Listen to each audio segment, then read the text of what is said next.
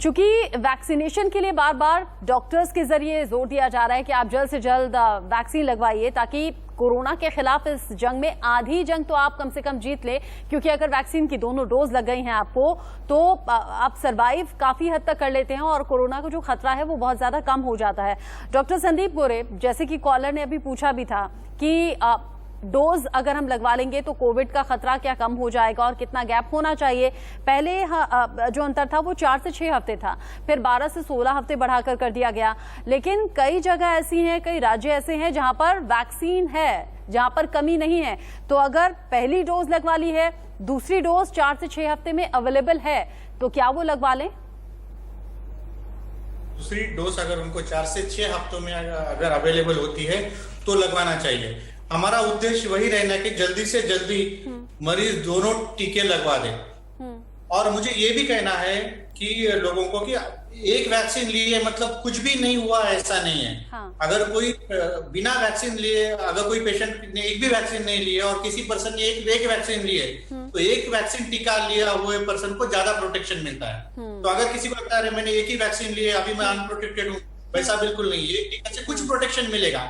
But मेरा suggestion यही है कि 4 से 6 हफ्ते में अगर अवेलेबल होती है तो आप दूसरा टीका लगवा दें, नहीं है तो 12 से 16 घंटे तक 16 वीक्स तक अगर जब हफ्ते तक जब अवेलेबल होता है तब प्रेफरेबली आप लोग ले लो।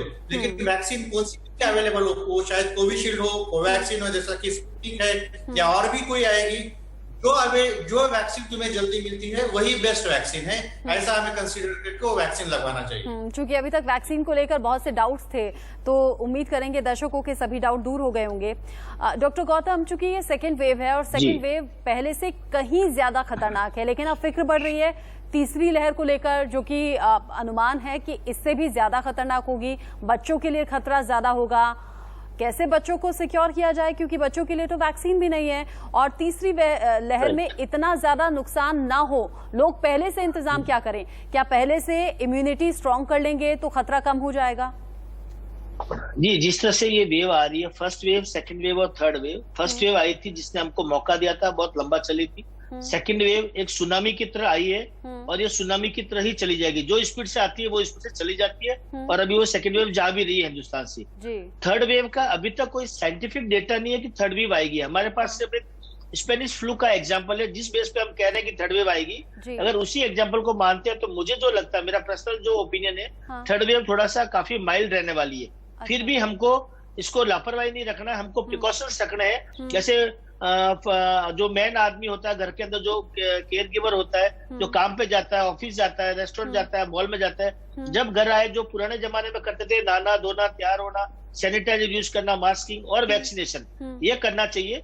और राज्य सरकार स्तर पर, जैसे हमारे महाराष्ट्र के अंदर हमने ये तैयारी की, हमारे चीफ मिनिस्टर ने ये तैयारी किया है, तो हमारा मीटिंग भी हुआ, माझा डॉक्टर, मेरा फैमिली डॉक्टर, उसके माध्यम से एजुकेट कर रहे लोगों को।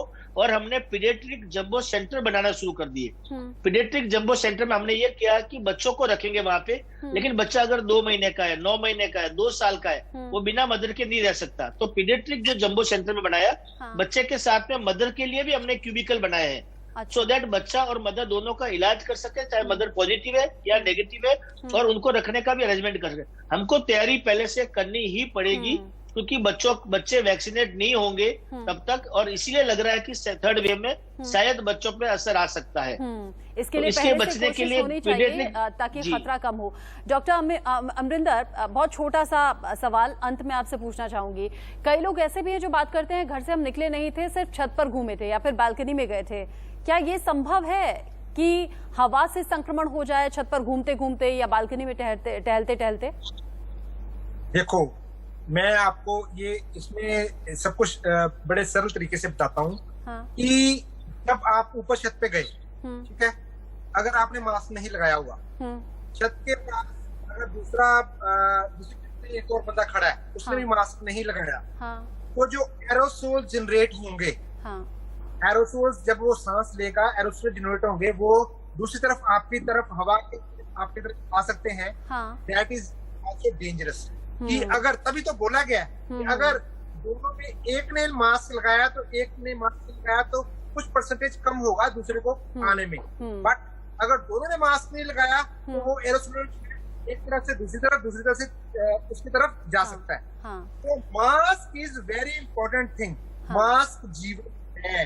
दिसंबर तक मैं आपको बता देना चाहता हूँ कि अगर आपने कोविड एप्रोप्रिएट बिहेवियर जो मास्क है, नाक और मुंह को कवर करते, क्योंकि अभी भी सर्वे हुआ है उसमें स्टडी बोला गया कि 50% लोग मास्क नहीं लगाते और यही बड़ी दुविधा को बढ़ा देता है। और चूंकि पहली लहर में तो सिर्फ सिंगल मास्क काम कर रहा था, लेकिन इस बार दूसरी लहर में लोग डबल मास्क लगा रहे हैं। और दर्शकों से यही अपील है, हिंदुस्तान के लोगों से यही अपील है कि सभी सहयोग करें, तभी हम इस बीमारी के खिलाफ इस जंग को जीत पाएंगे। बहुत शुक्रिया doctor Amarinder, doctor Sandeep, doctor Gautam Bhansali हमारे साथ जुड़ने के लिए और ये खास जानकारी हमारे दर्शकों तक पहुंचाने के लिए। आप समझ गए होंगे खतरा बहुत ज्यादा है, लेकिन निपट लेंगे, साथ अगर आपका रहेगा तो। एक छोटे से ब्रेक का वक्त है, लौटेंगे।